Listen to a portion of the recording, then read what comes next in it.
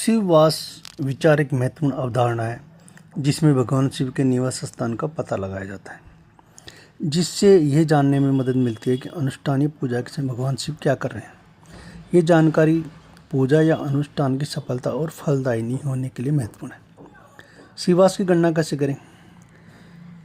तिथि को 2 से गुना करें, वर्तमान तिथि को 2 से गुना करें और प्राप्त अंक में 5 जोड़ दें और टोटल योग में 7 का भाग दें। शेष फल के अनुसार शिव निवास का पता लगाया जा सकता है।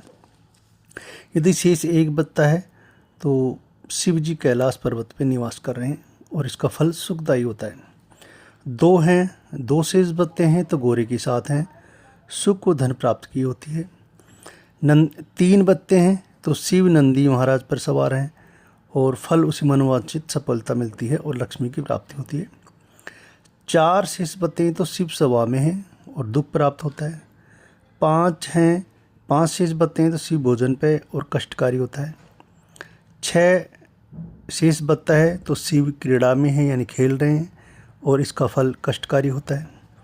और 7 शेष बचता है या 0 शेष बचती है तो शिव शमशान में निवास है, मृत्यु तुल्य कष्ट। इस तरह इनका विचार करना चाहिए। शिववास के विचारों की आवश्यकता तब होती है जब कोई विशिष्ट अनुसंधान या पूजा की जा रही हो, जैसे रुद्राभिषेक या महामृत्युंजय जाप।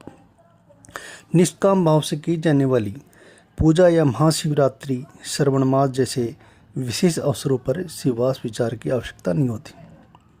शिववास की गणना के लिए उदाहरण बताते हैं कि जैसे सप्तमी का दिन है तो 7 को 2 से गुना करते हैं 14 आते हैं। 14 में 5 जोड़ते हैं तो 19 बचते हैं, 19 आते हैं। योग को अगर 7 में भाग देते हैं, 7 का भाग देते हैं तो 5 शेष बचता है। तो 5 शेष में बताया गया है कि शिव भोजन पे हैं जो कि कष्टकारी होता है। ऐसे अगर उदाहरण अगर द्वादशी है तो द्वादशी को 2 से गुना करेंगे 24 आएगा। 24 में 5 जोड़ते हैं जब 29 आता है।